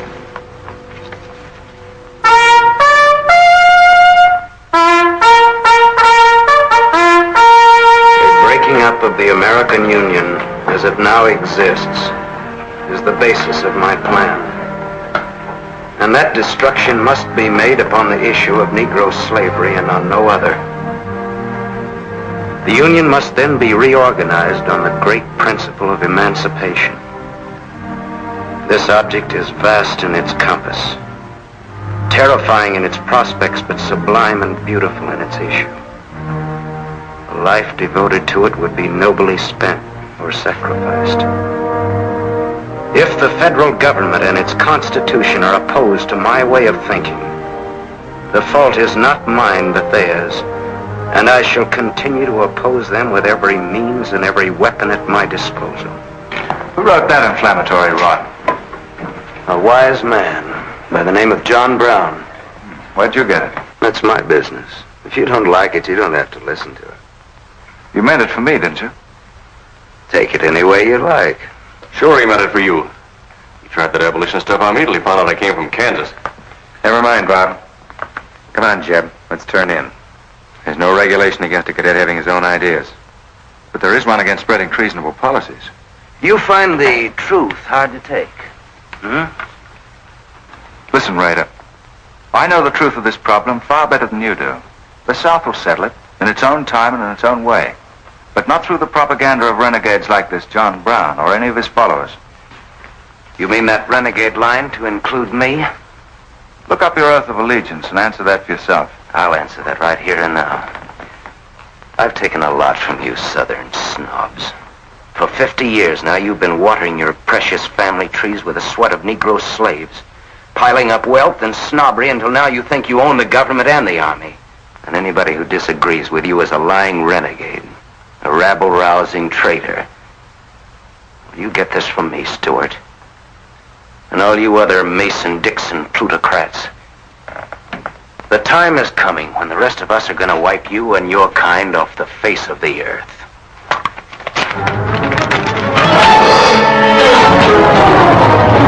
Jim, don't be a fool! Oh, let them fight it out! Hold it, Raider.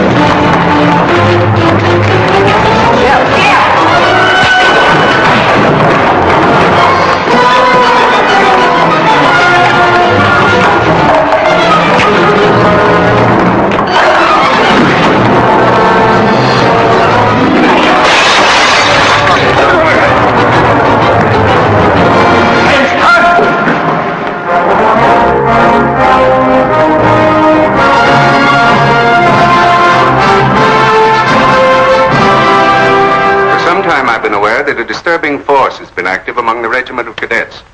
The exact nature of this subversive campaign and the persons responsible for it have not been fully known to us until this moment.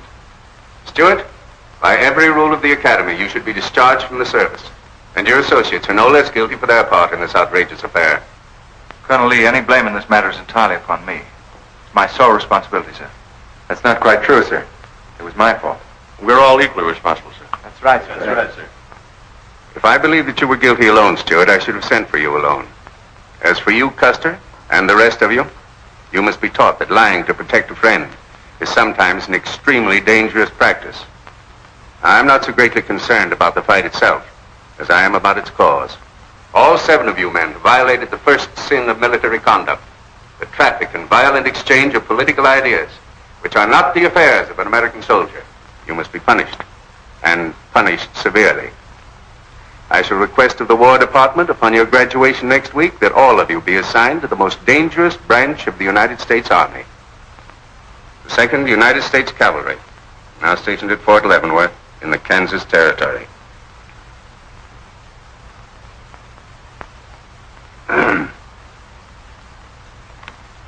That's all, gentlemen. You're dismissed.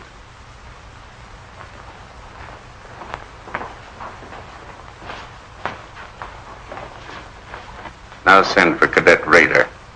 How can you beat that? Fort Leavenworth, suicide station, Kansas, and the Santa Fe Trail. What a piece of luck. That's it, and the cavalry, active duty, promotion. Why, we'll all be generals while the rest of these fellows are still shades. Oh, that's death of the country, Jeb. Nothing grows in Kansas but trouble. What are you talking about? I grew up out there, didn't I? I suppose he's not. Oh! Yeah, wait till I get you boys out there, man alive. That's my stamping ground. Well, hey! Cheers! Come on! These pamphlets were found in your quarters. Dozens of them. Together with a letter written by a member of the Abolitionist Party, instructing you to distribute them among those cadets who appeared to be sympathetic to their cause. How long has this undercover activity of yours been going on? Long enough. Very clever idea of your fellow conspirators to plant an agent in our midst. Your dishonorable discharge will be drawn up at once, and you'll be given until sundown to remove yourself and your personal belongings from the limits of West Point. Good.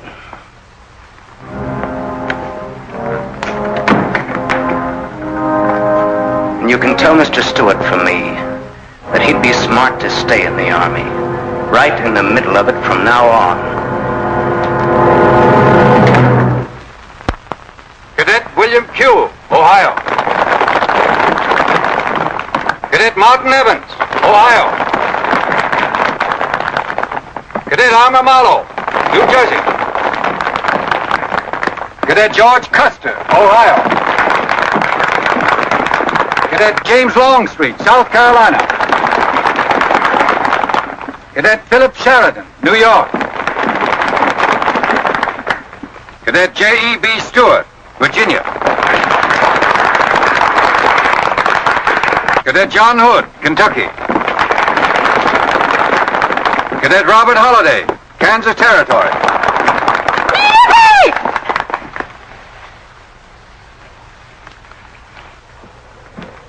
Cadet Jason Wood, Virginia.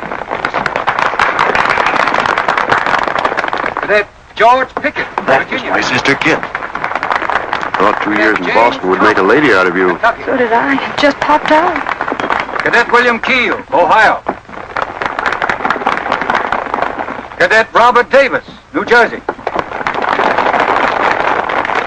It is now my great honor and privilege to introduce the Secretary of War of the United States.